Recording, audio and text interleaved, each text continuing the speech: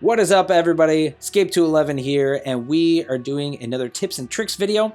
This one is going to be focused on earning credits. I've had multiple people ask me, how do I earn credits? A lot of credits fast, all right? They want to get as many as they can, of course. We all do. We all want to flow in those resources, but this is not really something that there's a get-rich-quick scheme for credits, but we definitely want to have an idea of how many we can earn. So we're going to talk about the different ways you can earn credits and then get an idea of what the average is that you can get daily to help you prepare for your upgrade path. That's really what's the most important in my opinion. So let's get into that. Here we go. So our first way to earn credits is just our daily challenges. Now these should be pretty easy for everyone to complete just from doing simple stuff per day and in any game mode. You can play CPC, tournament, 5v5, 2v2, whatever, and you'll be able to complete most of the game modes for this. The only one you need to really watch is spawning a specific mech. Like in this, I had Surge, so I had to have him in 3 battles. Really easy to do. You could even drop him and then switch to another mech. That's all you need to do. So pretty easy to even achieve that one. And once you're done with all of these, you'll of course get XP and some A coins. But yeah, the credits is the big one that we're talking about. You'll get about 7,000 credits from doing the 7 challenges. And then you'll have this gold crate to unlock, which will have a little over 1,000. The average is about 1,300. So just completing all of your dailies and getting that final crate, you should have over 8,000 credits, which is pretty good and a solid start. Along with our daily challenges, there are a couple game modes which will also net us some credits, and that would be CPC and Tourney. Tourney obviously is the big one, and we're going to talk about that soon, but CPC actually provides some nice stuff, mainly in the form of crates. Yeah, you're also going to be doing your daily challenges most likely during CPC, so that means you're also going to get the benefit of those. But the crates that are going to give you credits and blueprints are not to be ignored, in my opinion. Guys, once you start getting into like 5 and 6 star of items, you will realize that you need way more blueprints and credits than anything. A coins become less valuable when you get to end game upgrading stuff. So CPC is something you should definitely do on the regular. Now I'm going to base my numbers and stuff based on Division 1 because that's what I'm in. And if you're not in Division 1 or fairly new to the game, welcome first of all. But I will say that getting into Division 1 should take you a week or two depending on how much you actually get involved in CPC. But when you are in Division 1, you will have 600 battle tokens total, and then when you win a match, you'll get 120 tokens. That means when you play about 5 to 6 matches, which is almost the same amount that you would be playing for your daily challenges, you will get 6 of the white crates and 1 of those gold crates that you will be able to open each day.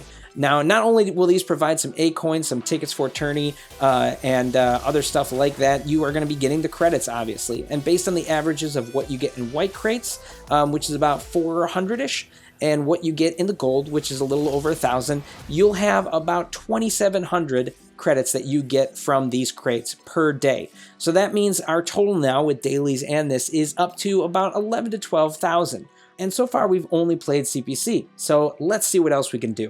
Next up, we are going to talk about Tournament. Now, of course, everyone should know about Tournament. This becomes something everyone is well aware of. This is the big grind in the game for getting those high-end resources. A coins and keys. This is really the only place to get those unless you're someone who is spending money. This is where you grind those out. Now, if you're curious about that or those resources or just Tournament in general, how you get keys, the free ones, all that kind of stuff, I have a Tournament guide and you can go check that video. I will leave a link at the end of this video for it. But this is really focused on the credits because, yeah, you will get credits in Tournament as well from a regular chunk, depending on where you place, and then a crate, which will give you even more.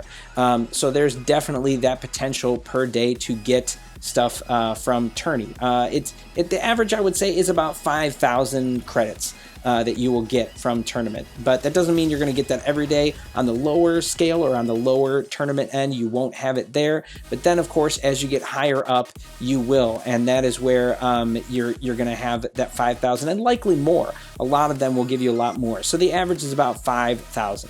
So if we total together what we have done from the dailies, from CPC, and now from Tournament, we're at about 17,000, which is pretty good. And that's just from regular play of both the regular game modes. But there's also other ways that we can get credits and factor it into our, average daily. So we're going to move on to that next.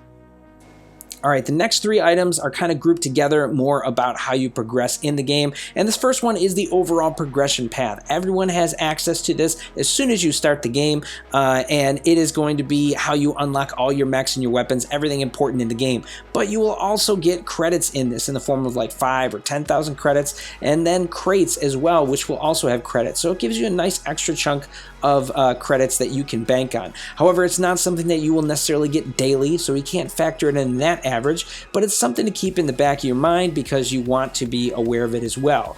But if you're like me and you've completed it, then you won't really get the benefit of this. But this is something that's always there, and as long as you're doing your daily quests and other stuff and getting your XP, you should have no problem working on this slowly and getting that extra credit boost.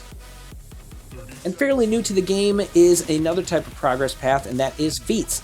These are specific to each mech and really are just like almost like a specific quest that you have to do with your mech. Sometimes you have to kill something specific, win a certain amount of matches, do something specific in a match to be able to complete these different feats.